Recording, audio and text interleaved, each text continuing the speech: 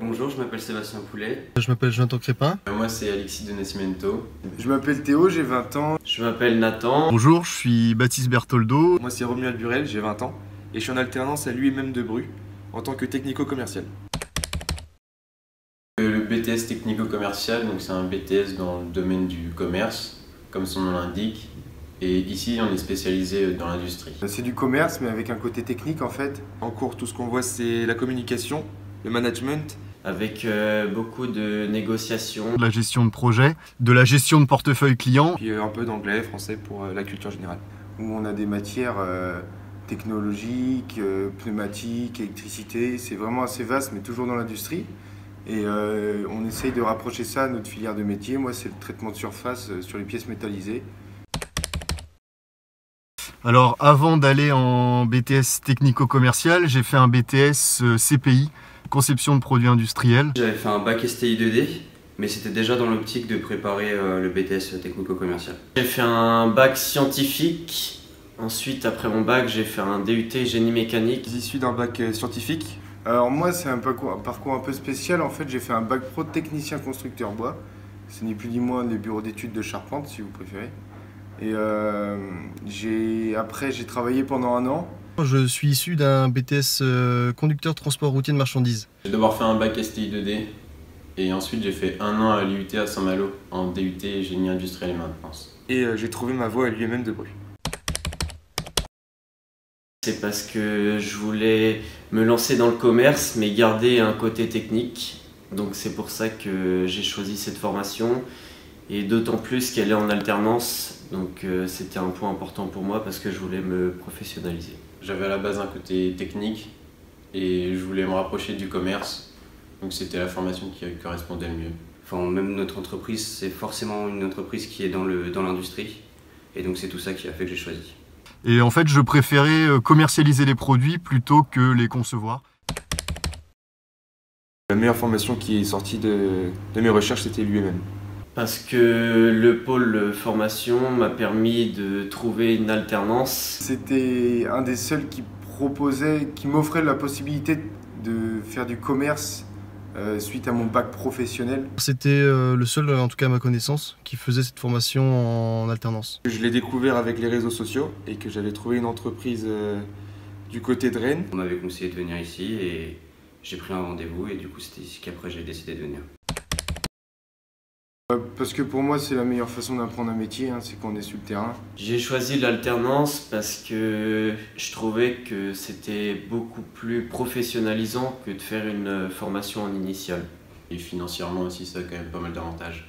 Moi je suis pas très scolaire, donc c'est vrai que alterner entre l'entreprise et le scolaire, c'est un super bon compromis et c'est ça qui m'a plu. Et si en plus on a envie de rentrer dans la vie active rapidement, l'alternance c'est vraiment une super opportunité.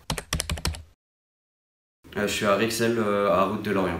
Moi, c'est GDH29, c'est du traitement de surface sur des pièces métallisées. Je travaille sur Exad, à Vannes. Alors moi je suis chez Martena, c'est un groupe de chez Iveco, chez les poids lourds. Je travaille chez Orexan, on vend de la fourniture industrielle. L'entreprise Detecvel Tertrais, on est à Plélan-le-Grand et nous on commercialise tout ce qui est caméra de vidéosurveillance pour les agriculteurs. J'ai pour objectif de développer la clientèle dans le Sud 35. Je démarche les clients, je fais de la prospection, je fais du suivi client, je gère un portefeuille client aussi sur tout le secteur de Bretagne et du Grand Ouest. Orexad, et donc au quotidien, je m'occupe des suivis clients et du magasin. Faire des offres de prix, de la négociation, un peu de logistique. Je fais beaucoup de comptoirs et un peu de phoning. Et puis après, tout ce qui est rédaction de devis, suivi des dossiers.